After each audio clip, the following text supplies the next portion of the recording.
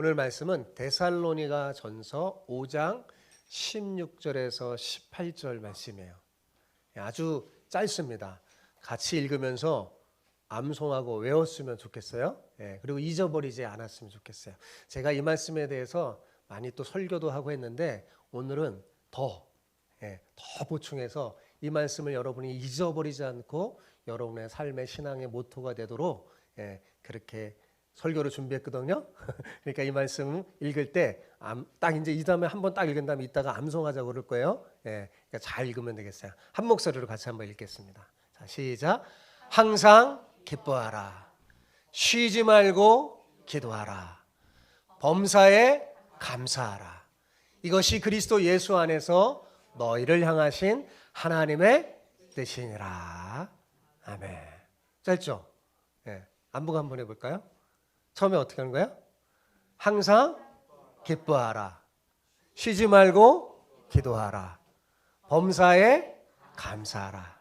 이것이 너희를 향하신 하나님의 뜻이니라. 아유, 다들 뭐 금방 외우셨네요. 여러분, 우리는 매년 4대 절기를 지킵니다. 그죠? 어떤 절기를 지켜요? 부활절, 맥주감사절, 추수감사절, 성탄절을 지킵니다. 부활절과 성탄절은 하나님이신 예수님이 이 땅에 오셔서 우리를 위해 죽으시고 부활하신 그 복음의 핵심을 담고 있는 절기이기에 우리는 매년 이를 기념하여 지키는 것이 너무나도 당연합니다. 그죠? 그런데 왜 그 사이에 맥주감사절, 추수감사절이 있고 우리는 왜 이것을 지키는 걸까요? 여러분, 그것은 하나님께서 우리에게 베푸신 그 크신 은혜에 사실상 우리가 할 수 있는 것은 감사이기 때문입니다. 우리가 하나님 주신 은혜에 도대체 뭘 하겠습니까? 우리가 할 수 있는 최선의 것은 감사예요. 그것은 그래서 하나님은 이것을 잊지 않게 하기 위해서 우리가 4대 절기를 지킬 때 이렇게 2번씩이나 강조하며 지킨 거죠. 그것뿐만 아니라 여러분, 감사는 복음으로 인해서 고난을 받는 그 고난을 이기고 인생의 최종 승리자가 되게 하는 하나님의 처방전이에요. 하나님의 뭐라고요? 처방전. 그러므로 교회는 감사가 신앙인의 삶의 방식이 되게 하려고 매년 하나님이 정하신 감사의 절기를 지키는 거예요. 그것도 몇 번씩이나요? 2번씩이나 말입니다. 그래서 오늘은 제가 마태복음을 잠시 내려놓고 다음 주에 지킬 추수감사절에 앞서서 우리가 왜 모든 일에 감사하는 신앙인으로 살아가야 하는지 말씀드리고자 합니다. 특히 오늘 말씀을 통해 여러분, 추수감사절은 한 해를 돌아보는 거예요. 여러분의 인생의 농사를 돌아보는 거예요. 오늘 말씀을 통해 여러분 지난 한 해를 돌아보면서 하나님의 은혜를 생각하면서 감사의 마음을 오늘 이 예배 시간에 그냥 듬뿍 담는 시간이에요. 듬뿍 담아서 그래서 다음 주에 드릴 추수감사절 예배 때는 여러분의 마음이 감사의 마음이 듬뿍 담은 그 마음을 담아 감사의 예물도 드리고 찬송도 하고 예배하고 그 여러분의 예배가 하나님 앞에 받으실 만한 예배, 삶의 예배가 되기를 소망합니다. 그래서 제가 오늘 당일이 추수감사절이 아니지만 감사에 대한 설교를 하려고 하는 겁니다. 여러분, 성경에는 감사라는 단어가요 굉장히 많이 나와요. 구약과 신약을 모두 합쳐서 뭐 정확한지 모르겠는데 제가 한번 검사해 봤는데 아마 맞을 거예요. 제가 이제 프로그램으로 성경 프로그램으로 로고스라는 성경 프로그램이 있거든요. 요즘은 참 발전이 됐어요. 하니까 196번이나 나오더라고요. 196번. 구약에 132번, 신약에 64번이 나옵니다. 어때요? 굉장히 많이 나오죠? 그죠? 그런데 가만히 여러분 성경에 나오는 감사에 대한 말씀을 살펴보면 감사는 해도 좋고 안 해도 좋고 하는 선택사항이 아니라는 사실입니다. 감사를 한번 해보세요. 이렇게 기록되어 있지 않았어요. 감사는 꼭 해야 하는 하나님의 명령이었어요. 그래서 성경에 감사에 대한 얘기를 나올 때 항상 뭐로 나오냐면 명령문으로 나와요. 감사는 하나님의 명령이에요. 그리고 제가 또 한 가지 발견한 건 뭐냐면 이 감사를 왜 명령했는가? 가만히 생각하니까 하나님이 우리가 인생의 최종 승리자가 되게 하기 위해서 하나님의 특별 처방전으로 우리에게 주신 거예요. 그래서 하나님의 명령인 감사, 그거를 순종하고 정말 지키면 그것이 우리의 인생을 하나님이 복되게 하고 정말 인생의 최종 승리자가 되는 그런 놀라운 복이 그 속에 담겨져 있는 거예요. 그래서 제가 하나님의 감사는 하나님의 명령이자 하나님의 처방전이라 라고 그렇게 설교 제목을 정했어요. 여러분 한번 따라해 봅시다. 감사는 우리를 위한 하나님의 명령이자 하나님의 처방전입니다. 잊지 마십시오. 감사가 뭐라고요? 우리를 위한 하나님의 명령이자 하나님의 처방전. 자, 그러면 여러분, 명령과 처방전에는 공통점이 있어요. 이게 뭘까요? 명령과 처방전. 자, 그것은 선택사항이 아니에요. 그죠? 명령이라는 거. 명령을 해야 되는 거, 그죠? 처방전도 뭐예요? 그 처방전대로 꼭 해야 돼요. 그죠? 절대적 선택사항이 아니라 꼭 해야만 하는 것이라는 사실입니다. 자, 그런데 명령을 지키지 않거나 처방전대로 시행하지 않으면 어떻게 될까요? 여러분, 낭패를 당합니다. 반드시 탈이 나요. 그죠? 그것이 인생의 생명과 정말 놀라운 영원한 것과 관련된 것이라면 여러분 어때요? 더더욱 중요한 거겠죠? 아무리 의사가 잘 이렇게 관찰해서 무슨 병인 줄 알고 정말 명처방전을 내려도 어때요? 그 처방전대로 하지 않으면 그 병이 날까요? 안 날까요? 나지 않는 거죠. 탈이 나는 거죠. 처방전대로 안 하면 탈이 납니다. 여러분, 그래서 하나님의 명령과 처방전은요 반드시 복과 관련돼 있어요. 뭐와 관련돼 있다고요? 복과 관련돼 있어요. 특히 우리가 범사에 감사하라는 이 하나님의 명령과 처방전에 순종하고 정말 그 처방전대로 살면 그 어떤 고난 속에서도 복을 누리고 회복할 수 있고 하나님의 복을 풍성하게 경험할 수 있습니다. 그러므로 하나님은 감사를 명령하고 또한 처방전으로 주시면서 매년 2차례씩이나 이 절기를 기념하게 하는 거예요. 왜 기념하게 하는 걸까요? 잊어버리지 말라고. 우리는 뭔가 중요한 일은 기념을 해요. 잊어버리지 말라고. 나라적으로도 중요한 일은 항상 기념일로 정해서 매년 하죠. 왜요? 그것을 기억하고 잊어버리지 말라고. 하나님이 절기로 우리로 하여금 감사 절기를 지키게 하신 것입니다. 자, 하나님이 이렇게까지 하신 이유는 뭐냐? 앞에서도 말했지만 감사가 아예 우리의 삶의 방식이 되게 해서 감사가 뭐가 되게 해서요? 삶의 방식이 되게 해서 어떤 고난 속에서도 흔들리지 않는 믿음으로 인생의 최종 승리자가 되게 하려는데 그 목적이 있습니다. 그러므로 이 하나님의 명령과 처방전에는 무조건 순종하는 것이 대박입니다. 우리 옆 사람에게 축복하며 인사합시다. 감사는 우리를 위한 하나님의 명령이자 하나님의 처방전입니다. 자, 시작. 감사는 우리를 위한 하나님의 명령이자 처방전입니다. 무조건 순종하여 인생의 최종 승리자가 되시길 축복합니다. 오늘 인사말 좀 긴데 합쳐서 한번 할 수 있어요? 한번 해봅시다. 시작. 감사는 우리를 위한 하나님의 명령이자 하나님의 처방전입니다. 무조건 순종하여 인생의 최종 승리자가 되시기를 축복합니다. 요즘 하도 스마트폰 AI 대신해줘 갖고요. 옛날 같아서 이거 금방금방 외우는데 암기력이 막 떨어지는 것 같아요. 그죠? 전화번호도 잘 안 외워져요.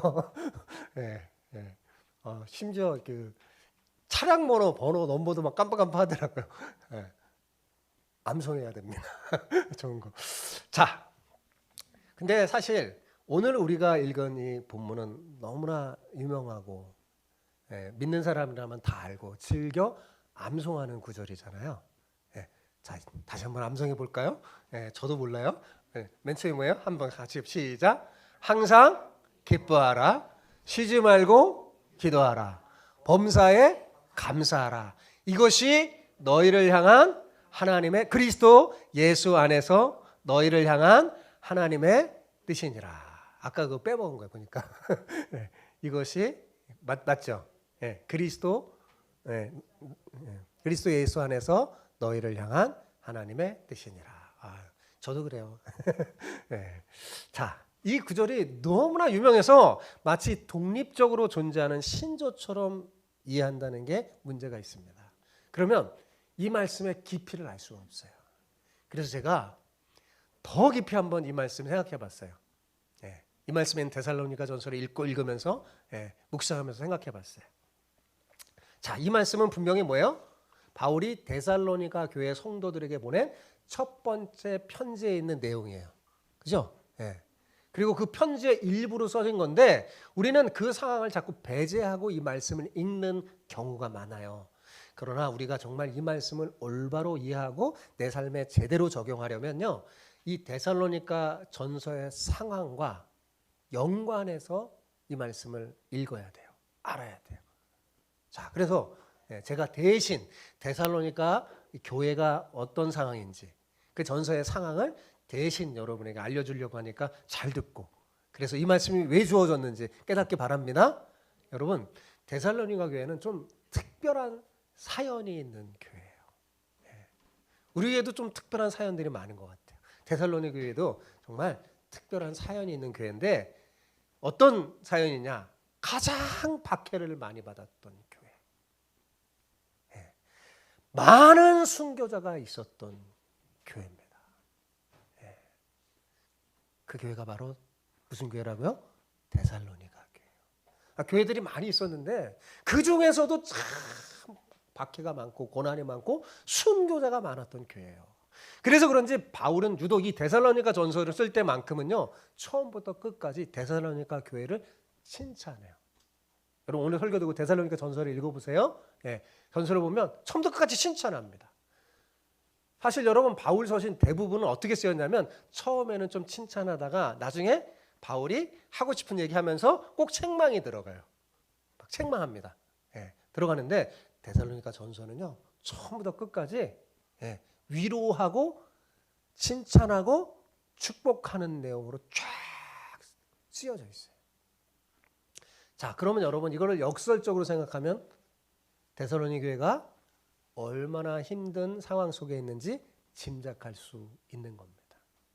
이 교회는 너무나 힘들고 고난 속에 있어서 바울이 이 교회를 위로하고 싶고 축복하고 싶었던 거예요. 자, 데살로니가 전서 1장 6절 7절을 같이 한번 봅시다. 자, 같이 읽어볼까요? 시작. 또 너희는 잘 좀 해주세요. 헷갈리면. 자, 시작. 또 너희는 많은 환난 가운데서 성령의 기쁨으로 말씀을 받아 우리와 주를 본받는 자가 되었으니 그러므로 너희가 마게도냐와 아가야에 있는 모든 믿는 자의 본이 되었느니라. 그렇죠? 데살로니가 교회는 어떤 교회냐? 많은 환난이 있는 힘든 교회였는데 그럼에도 불구하고 그들이 그 가운데서도 뭐예요? 믿음을 지켰어요. 그래서 7절에 보면 데살로니가의 성도들이 뭐예요? 마게도냐와 아가야에 있는 모든 믿는 자의 본이 되었어요. 그러니까 여기 데살로니가라는 지역만이 아니라 주변에까지 다 믿는 사람들이 야, 저 교회는 정말 대단하다. 정말 믿음이 좋아. 라는 믿음의 본을 보였다는 거예요. 이것은 여러분 단순히 인사치레로 하는 것이 아니라 정말 진심을 담아서 바울이 칭찬하는 거예요. 그러니까 그 칭찬이 한번 이렇게 형식적으로 하는 게 아니라 계속 이어지고 있는 겁니다. 여러분 우리가 보통 일반적으로 편지를 쓸 때 어때요? 인사치레로 뭔가 칭찬하잖아요. 인사치레로 이렇게. 그죠? 근데 뒤로 가면 어때요? 말이 바뀌어서 정말 하고 싶은 말. 본래 하고 싶은 말 하죠. 그런데 바울의 이 편지를 보면요, 논조가 안 바뀌어요. 계속해서 정말 이들의 믿음을 칭찬합니다. 그리고 사도행전 17장을 보면 이 데살로니가 교회가 어떻게 설립되었는지 내용이 나와요. 그래서 사도행전 17장도 좀 보면 좋아요.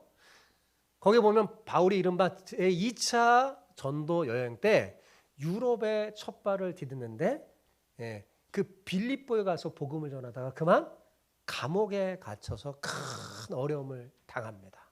기억나죠? 빌립보 감옥에서.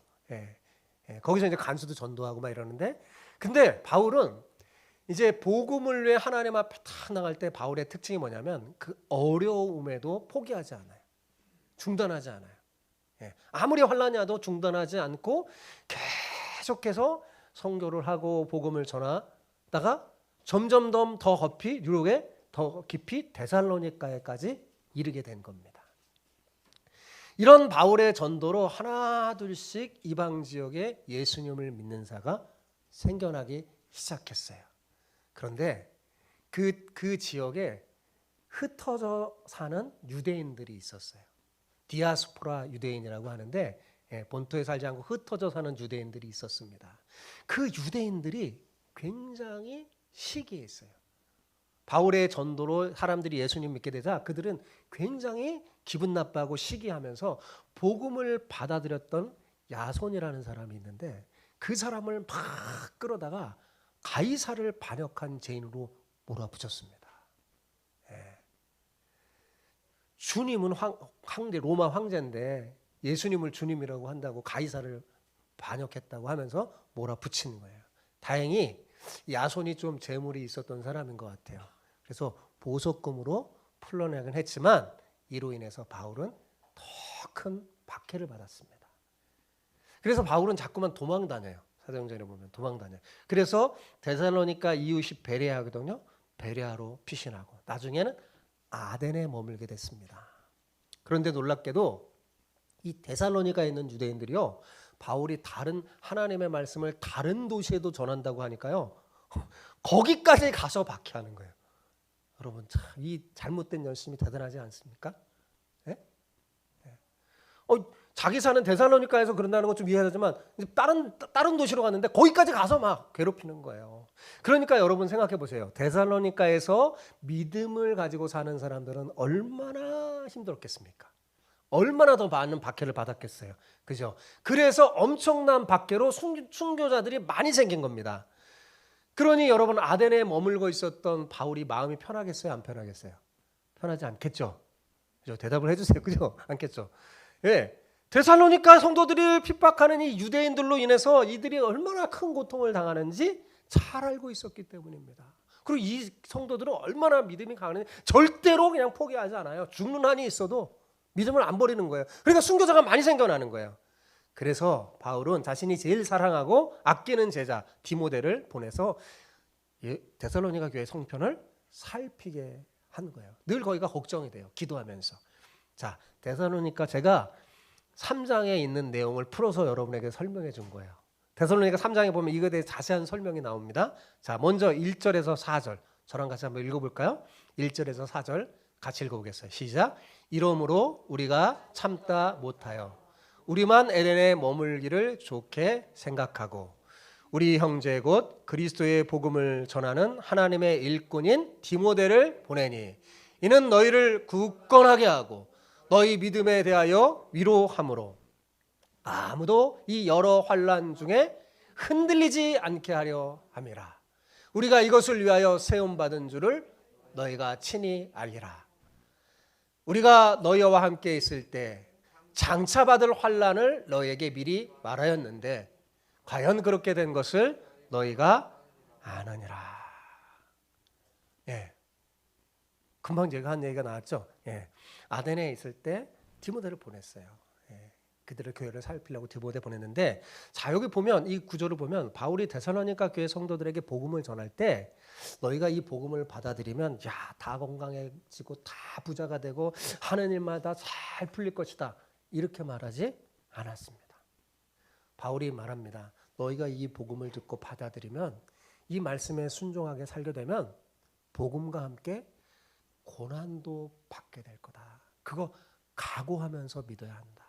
라고 말했던 겁니다. 지금 그 말을 하는 거예요. 그래서 계속해서 자 5절 그래서 9절까지 내용도 읽어봅시다. 데살로니가전서 3장 5절에서 9절 같이 시작. 그러므로 나도 참다 못하여 너희 믿음을 알기 위하여 그를 보내었노니 이는 혹 시험하는 자가 너희를 시험하여 우리의 수고를 헛되게 할까 함이니 지금은 디모데가 너희에게로부터 와서 너희 믿음과 사랑의 기쁜 소식을 우리에게 전하고 또 너희가 항상 우리를 잘 생각하여 우리가 너희를 간절히 보고자 함과 같이 너희도 우리를 간절히 보고자 한다 하니 이러므로 형제들아 우리가 모든 궁핍과 환난 가운데서 너희 믿음으로 말미암아 너희에게 위로를 받았노라. 그러므로 너희가 주 안에 굳게 선즉 우리가 이제는 살리라. 우리가 우리 하나님 앞에서 너희로 말미암아 모든 기쁨으로 기뻐하니 너희를 위하여 능히 어떠한 감사로 하나님께 보답할까. 이게 데살로니가 교회를 향한 바도 바울의 편지예요. 자, 이처럼 바울은 데살로니가 교회가 걱정이 돼서 디모데를 보내서 교회를 방문하게 한 거죠. 그래서 디모데는 데살로니가 교회를 가서 그 교회를 방문하고 그 성도들에게 바울의 말을 전하고 위로하고 상황을 다 듣고 다시 돌아와서 지금 뭐예요? 그 상황을 바울에게 말했던 겁니다. 그래서 바울이 그것을 듣고 감사하여 편지를 또 쓴 거예요. 이게 데살로니가 전서예요. 바울은 디모데를 통해서 그들이 어려움 속에서도 굳굳하게 신앙을 지킨다는 말을 듣고 그들을 칭찬하고 위로하고 계속해서 신앙생활 잘하라는 편지의 내용을 보냈는데 그것이 뭐예요? 데살로니가 전서이고 오늘 우리가 읽은 본문이 바로 이런 상황 속에서 쓰여진 것입니다. 이해가 되시죠? 자, 그런데 여러분 한번 생각해 보세요. 여러분이 복음을 받아들이고 믿음의 길을 걸었는데 많은 박해를 받고 그리고 주변에 순교자들이 많이 생겼다고 한번 생각해 보세요. 여러분 얼마나 힘들까요? 야, 저분은 예수님을 믿더니 참 잘 됐어. 야, 예수님 믿더니 복 받았어. 이래야 예수님을 믿을 동기가 생기잖아요. 이래야 전도가 잘 되잖아요. 그죠? 그런데 데살로니가 교회는 반대로 엄청난 핍박과 순교까지 받았으니 주변 사람들이 야, 나도 예수님 믿으면 저렇게 막 박해받고 순교하는 거 아닌가? 하면서 믿기를 두려워하지 않았겠어요? 아마 복음 전하기가 매우 어려웠을 겁니다. 이로 인해서 데살로니가 성도들의 마음은 정말 무척 힘들고 괴로웠을 것이 분명해요. 바울은 이들의 마음을 만져주고 위로하고 환난 중에서도 흔들리지 않고 그 믿음을 세워주기 원했어요. 그래서 여러분 데살로니가 전서 4장 13절에 보면 이런 말이 나옵니다. 같이 읽어봅시다. 데살로니가 전서 4장 13절 시작. 형제들아 자는 자들에 관하여는 너희가 알지 못함을 우리가 원치 아니하노니 이는 소망 없는 다른 이와 같이 슬퍼하지 않게 하려 함이라. 자, 여기서 자는 자들이란 뭘까요? 죽은 사람인데 그냥 죽은 사람이 아니에요. 그러니까 예수님 안에서 믿음 때문에 순교한 사람. 데살로니가 교회에서 복음 때문에 믿음 때문에 순교한 사람들을 자는 자들 이렇게 표현한 거예요. 그러니까 바울은 믿음 때문에 순교한 자들 때문에 힘든 그 데살로니가 성도들에게 말하자면 이렇게 말하는 거예요. 여기 순교한 사람들 때문에 마음이 괴롭고 힘들죠. 예수님을 믿는데 왜 이렇게 어려움을 당하는지 이해가 되지 않을 겁니다.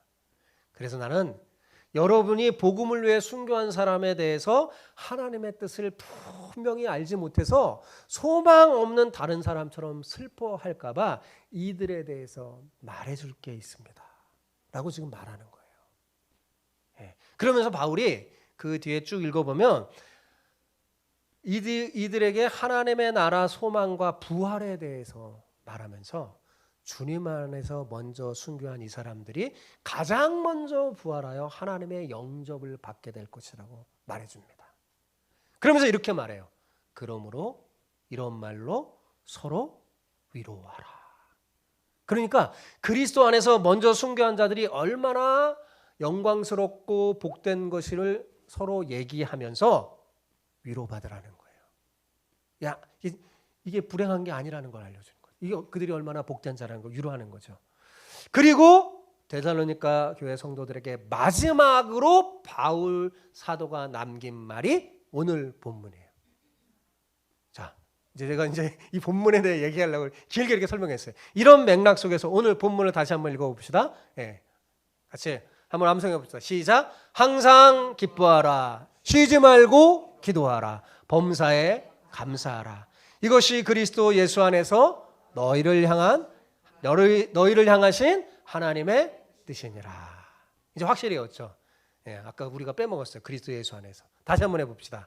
항상 기뻐하라. 쉬지 말고 기도하라. 범사에 감사하라. 이것이 그리스도 예수 안에서 너희를 향하신 하나님의 뜻이니라. 그러니까 이 본문 말씀은 복음으로 인해서 힘들고 어려운 일을 만난 그리스도인들이 이것을 어떻게 극복하고 승리할 수 있을까 알려주는 하나님의 처방전이라고 할 수 있습니다. 바울은 아무리 어려운 상황에 있어도 이 하나님의 처방전을 잊어버리면 안 된다고 말합니다. 자, 하나님의 처방전이 뭐예요? 항상 기뻐하라. 쉬지 말고 기도하고 범사에 감사하라는 거예요. 이 하나님의 우리 인생을 하나님의 처방전이에요. 네. 혹시 인생에 큰 시련을 만났는데 이로 인해서 감사가 사라져 버렸습니까? 기도를 잃어버렸습니까? 기쁨이 없어졌어요, 어느 순간에? 그렇다면 여러분이 그 시련을 신앙적으로 해결하기보다는 인간적인 경험과 이성으로 해결하려고 해서 그런 것입니다. 이 시련을 이기려면 어떻게 해야 될까요? 하나님의 처방전인 세 가지대로, 하나님의 처방전대로 하면 되는 거예요. 이 중에서도 특히 감사라는 처방전은요, 신앙의 리트머스 종이와 같아요. 신앙의 이 리트머스 시험지에 감사의 색깔이 나오지 않잖아요. 그러면 여러분이 스스로 진단하는 거예요. 아, 내가 지금 신앙에 문제가 생겼구나, 병이 들었구나, 이렇게 생각하면 돼요. 진정한 신앙인의 가장 큰 특징 중에 하나가 뭐냐? 범사에 감사한다는 것입니다. 이 하나님의 처방전을 딱 항상 생각하고 어려운 일이 생기면 오히려 더 감사의 조건을 생각해야 돼요. 그러면 뭐예요? 기뻐하고. 네. 그리고 어려움을 만났으니까 뭐예요? 더 기도하고. 그리고 오히려 감사해보세요. 그러면 어떻게 되냐면 나도 모르게 모든 일 가운데 범사에 감사하는 사람이 됩니다. 자, 범사에라는 말이 뭐예요? 좋을 때든 나쁠 때든 상관없이. 그죠? 어떤 형편에 있든지. 그런 뜻이잖아요. 그죠? 부정적이고 안 되는 것을 생각하면 원망과 불평이 나와요. 우리의 뇌는 이상하게 우리는 자꾸 부정적이고 안 좋은 게 먼저 팍 떠올라요. 그때는 여러분 어떻게 해요? 딱 내려놓고 이거 하나님의 처방전을 끄집어내는 거예요. 어떻게 해요? 어떤 형편이든지 항상 기뻐할 수 있는 거 생각하는 거예요. 긍정적인 생각을 하는 거예요. 하나님의 말씀을 생각하는 거예요. 부정적인 생각을 빨리 벗어버리고 하나님의 말씀을 기억하고 긍정적으로 생각하면요, 나도 모르게 감사가 튀어나오게 됩니다. 사랑하는 성도 여러분, 안 되는 것만 생각하지 마시고 되는 것을 생각하시기 바랍니다. 시련만 생각하지 마시고 시련 속의 보물을 생각하세요. 그러면 감사가 터져 나올 겁니다.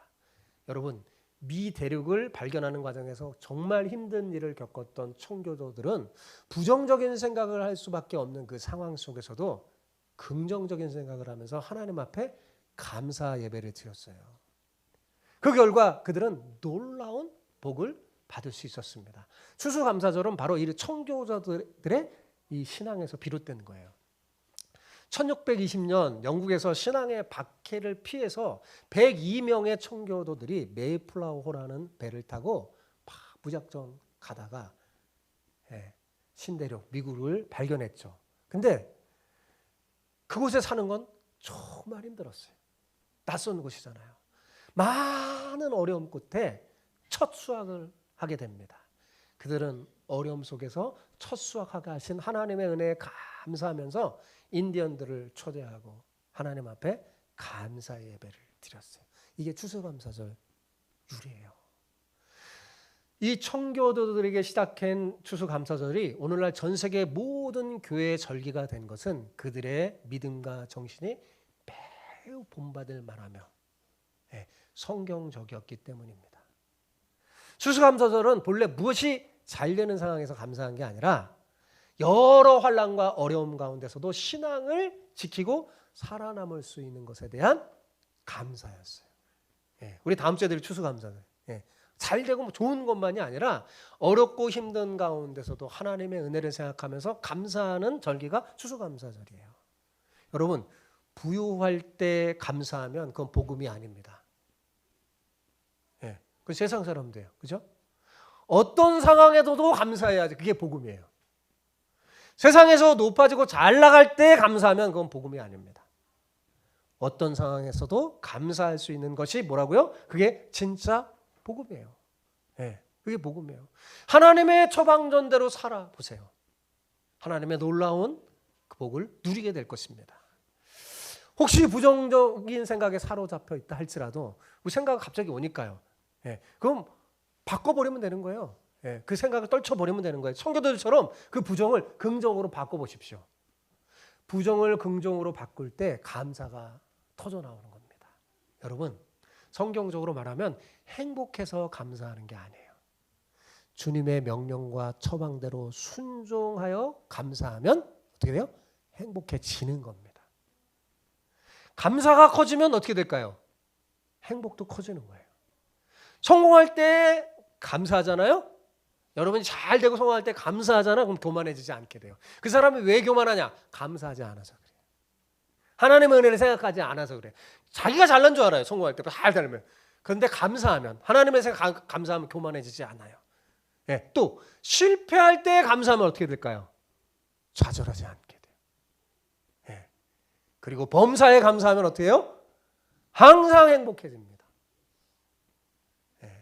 말씀을 정리합시다.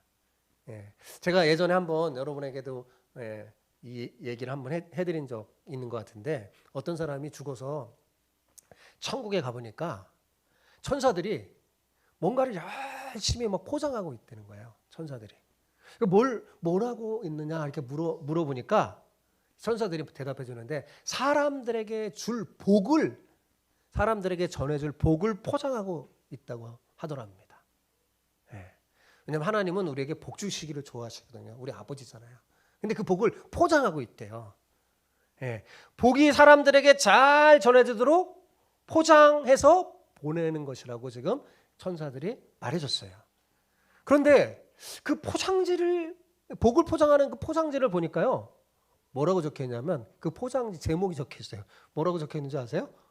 고난. 이렇게 적혀 있어요. 고난.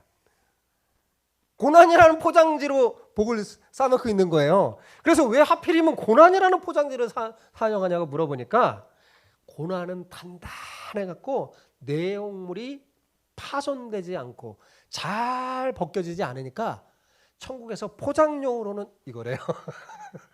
너무 단단해서 절대로 그 안에 물건이 상하지 않는 거예요.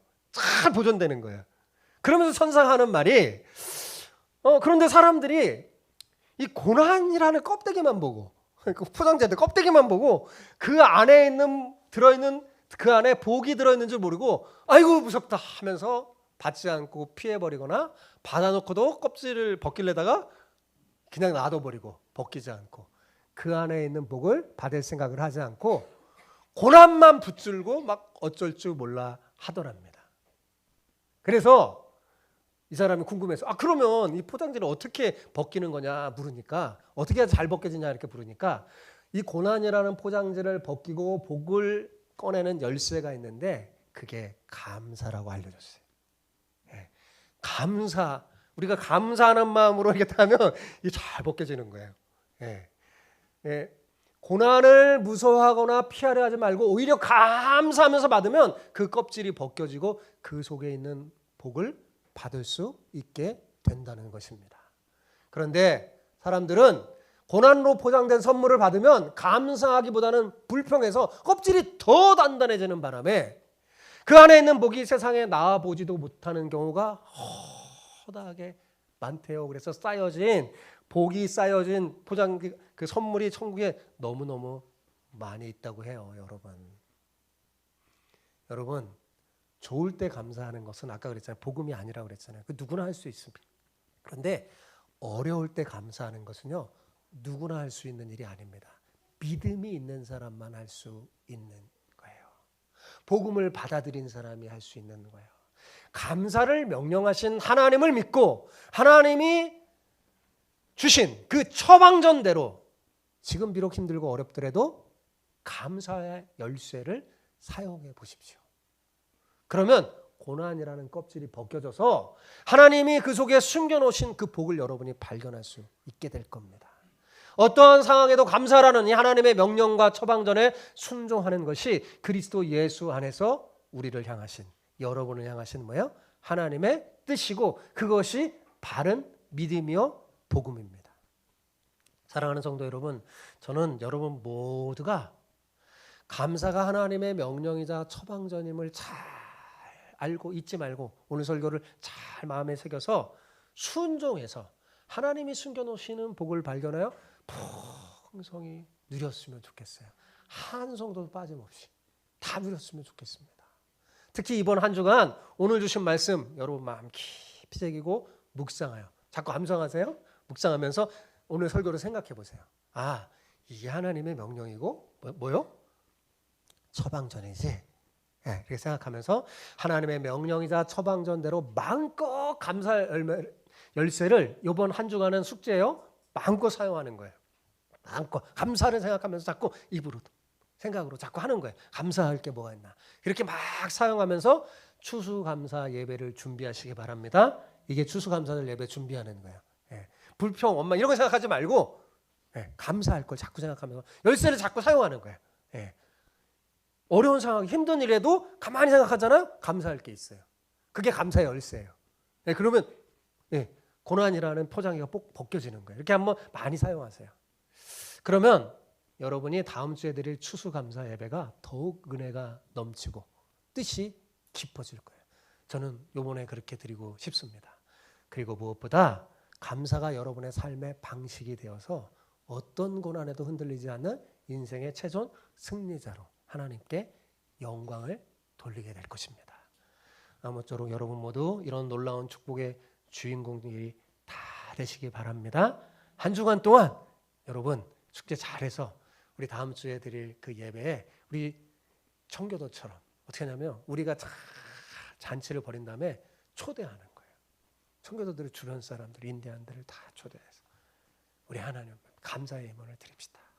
우리도 그렇게 감사하면서 다음 주에는 좀 그동안 빠진 사람들도 연락하고 다 와서 우리 같이 다 와서 또 여러분 마음속에 든 사람 초대하고 싶은 사람들 모아서 우리 추수감사절이 축제가 되시면 좋겠습니다.